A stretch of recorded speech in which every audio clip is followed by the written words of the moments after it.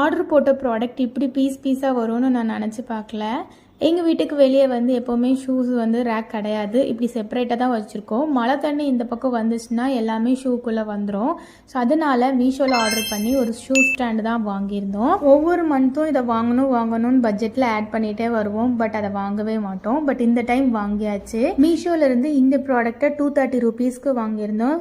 Connect பண்ணுறதுக்கான screw எல்லாமே கொடுத்துருந்தாங்க. பட் எங்கள் வீட்டில் ஸ்பேனர் எதுவுமே கிடையாது. எப்படி இருந்தாலும் கனெக்ட் பண்ணி தான் ஆகணும்ன்ட்டு ஒன்று ஒன்றா கனெக்ட் பண்ண ஸ்டார்ட் பண்ணியாச்சு. ஃபஸ்ட்டு எங்கேருந்து ஸ்டார்ட் பண்ணணும், எதில் கனெக்ட் பண்ணணும்னு தெரியாமல் ரொம்ப நேரம் திருன்னு முழிச்சிட்டு தான் இருந்தேன். அதுக்கப்புறம் மறுபடியும் மீஷோ பேஜில் போய் கனெக்ட் பண்ணியிருக்கிறத பார்த்து இதை வந்து ஒன்று ஒன்றா ஃபிக்ஸ் பண்ணியாச்சு.